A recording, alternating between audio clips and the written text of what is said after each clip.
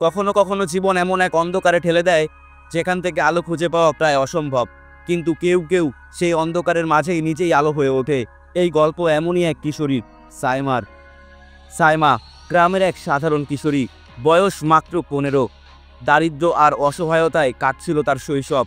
একদিন তার দূরসম্পর্কের এক মামা তাকে ঢাকায় কাজের প্রস্তাব দেয়। নতুন স্বপ্ন, নতুন আশা নিয়ে সে শহরের পথে পা বাড়ায়, কিন্তু সে জানতো না তার জন্য কি অপেক্ষা করছে। ঢাকায় এসে সাইমা বুঝতে পারে সে কোথায় এসেছে। একটি গোপন পতিতালয়ে তাকে বিক্রি করে দেয় সেই মামা। চিৎকার, কান্না, সাহায্যের আকুতি সবই যেন নীরব হয়ে যায় সেই দেয়ালের ভিতর। সাইমা বন্দী হয় দেহ ব্যবসার নিষ্ঠুর জগতে।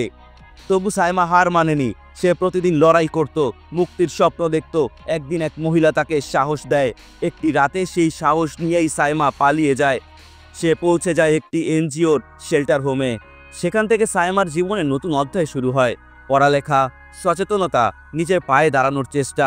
সেখানেই পরিচয় হয় আরাফাত নামের এক ছেলের সাথে, যে তাকে ভালোবাসে, সম্মান করে এবং তার অতীতকে গ্রহণ করে। তারা প্রেমে পড়ে, বিয়ে করে। এখন সাইমা একজন সমাজকর্মী। সে অন্য মেয়েদের মুক্তির পথ দেখায়। সাইমা আমাদের শেখায়, জীবনে যত বড় অন্ধকারই আসুক, আত্মবিশ্বাস আর সাহস থাকলে নিজের আলো খুঁজে পাওয়া সম্ভব। এই গল্প যদি আপনার মন ছুঁয়ে যায়, ভিডিওটি শেয়ার করুন। সাইমার মতো লাখো মেয়েকে অনুপ্রাণিত করুন। আপনি যদি এমন বাস্তব জীবনভিত্তিক গল্প পছন্দ করেন, তাহলে চ্যানেলটি সাবস্ক্রাইব করুন এবং বেল আইকন চাপুন।